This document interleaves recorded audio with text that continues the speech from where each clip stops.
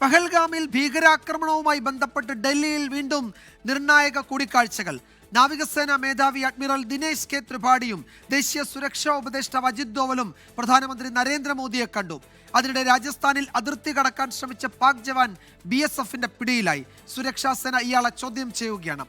അച്യുതൻ ഡൽഹിയിൽ നിന്ന് വിവരങ്ങൾ നൽകും. അച്യുതൻ, നേരത്തെ പ്രധാനമന്ത്രിയെ കണ്ടത് നാവികസേന മേധാവിയും ദേശീയ സുരക്ഷാ ഉപദേഷ്ടാവുമാണ്.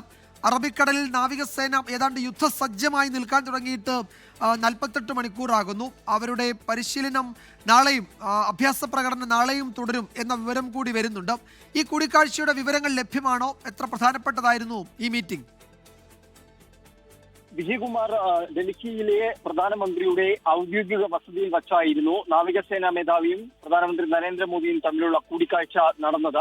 വിജയകുമാർ സൂചിപ്പിച്ചതുപോലെ തന്നെ അറബിക്കടലിൽ നാവികസേനയുടെ അഭ്യാസമുറകൾ നടക്കുന്നതിനിടയിൽ കൂടിയാണ് ഇപ്പോൾ നാവികസേന മേധാവി പ്രധാനമന്ത്രിയുമായി കൂടിക്കാഴ്ച നടത്തിയിരിക്കുന്നത്. ഈ കൂടിക്കാഴ്ചയിൽ ദേശീയ സുരക്ഷാ ഉപദേഷ്ടാവ് അജിത് ഡോവലും പങ്കെടുത്തിരുന്നു. എന്താണ് തുടർന്ന് സേനകളുടെ നീക്കമെന്ന് സംബന്ധിച്ചുള്ള ചില ചർച്ചകൾ നടന്നതായുള്ള വിവരങ്ങൾ കൂടി പുറത്തു വരുന്നുണ്ട്. പക്ഷേ അതുമായി ബന്ധപ്പെട്ടുള്ള മറ്റ് ഇതിന്റെ വിശദമായ വിവരങ്ങൾ ഇതുവരെയും പുറത്തു വന്നിട്ടില്ല. എന്താണ് ഈ കൂടിക്കാഴ്ചയിൽ ചർച്ചയായത് സംബന്ധിച്ചുള്ള കാര്യങ്ങളിൽ ഇപ്പോഴും വ്യക്തതയില്ല.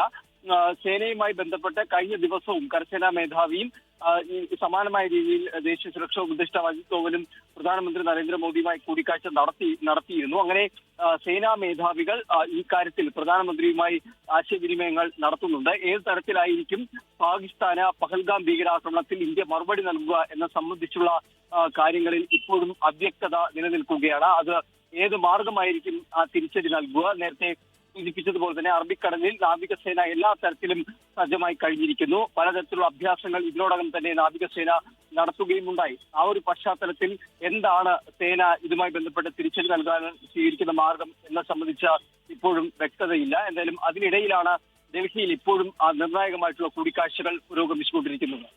വിജയകുമാർ. അച്യുതൻ, ഈ രാജസ്ഥാനിൽ അതിർത്തി കടക്കാൻ ശ്രമിച്ച പാക് ജവാനെ BSF പിടിച്ചിട്ടുണ്ട്. അയാളെ സുരക്ഷാ സേന ചോദ്യം ചെയ്യുന്നു എന്ന വിവരം കൂടി വരുന്നുണ്ട്. നേരത്തെ പഞ്ചാബ് അതിർത്തിയിൽ നിന്നും BSF ജവാനെ പാകിസ്ഥാൻ അകാരണമായി അതിർത്തി കടന്നു എന്നൊക്കെ പറഞ്ഞ് പിടിച്ചുകൊണ്ട് പോയതാണ്. ഒരു ഫ്ലാഗ് മീറ്റിങ്ങിന് പോലും പാകിസ്ഥാൻ തയ്യാറായിട്ടില്ല. അവിടെ കർഷകർക്കൊപ്പം നിൽക്കുകയായിരുന്നു ആ ജവാൻ. അപ്പോൾ എന്താണ് ഈ രാജസ്ഥാൻ അതിർത്തിയിൽ നടന്നത്? വിജയകുമാർ, ഈ പാക് ജവാനെ BSF പിടിയിലായതായാണ് റിപ്പോർട്ടുകൾ പുറത്തു വരുന്നത്. പക്ഷെ ഇതുമായി ബന്ധപ്പെട്ട ഒരു ഔദ്യോഗിക സ്ഥിരീകരണം BSFന്റെ ഭാഗത്തു നിന്നോ അല്ലെങ്കിൽ ആഭ്യന്തര മന്ത്രാലയത്തിന്റെ ഭാഗത്തു നിന്നോ ഇതുവരെയും ഉണ്ടായിട്ടില്ല. രാജസ്ഥാൻ അതിർത്തിയിൽ നിന്നാണ് ഈ പാക് ജവാനെ BSF പിടികൂടിയത്. രാവിലെ ഇന്ത്യൻ ഭാഗത്തേക്ക് കടക്കാൻ ശ്രമിക്കുകയായിരുന്നു. ആ ഒരു ശ്രമത്തിനെതിരെയാണ് ഇപ്പോൾ നടപടി സ്വീകരിച്ചിരിക്കുന്നത് എന്നാണ് ലഭിക്കുന്ന വിവരങ്ങൾ. ഇയാളെ ഇപ്പോൾ ചോദ്യം ചെയ്ത് വരുന്നതായുള്ള ചില സൂചനകൾ കൂടി ലഭിക്കുന്നുണ്ട്. നേരത്തെ BSF ജവാനെ പാക് സൈന്യം ഇതുപോലെ പിടികൂടിയിരുന്നു. എന്തായാലും അതിൽ ഇതുമായി ബന്ധപ്പെട്ടുള്ള ഒരു തരത്തിലുള്ള മറ്റ് നടപടികൾ ഇപ്പോഴും പാകിസ്ഥാന്റെ ഭാഗത്തുനിന്ന് കൈമാറ്റം പോലുള്ള നടപടികളിലേക്ക് കടന്നിട്ടില്ല.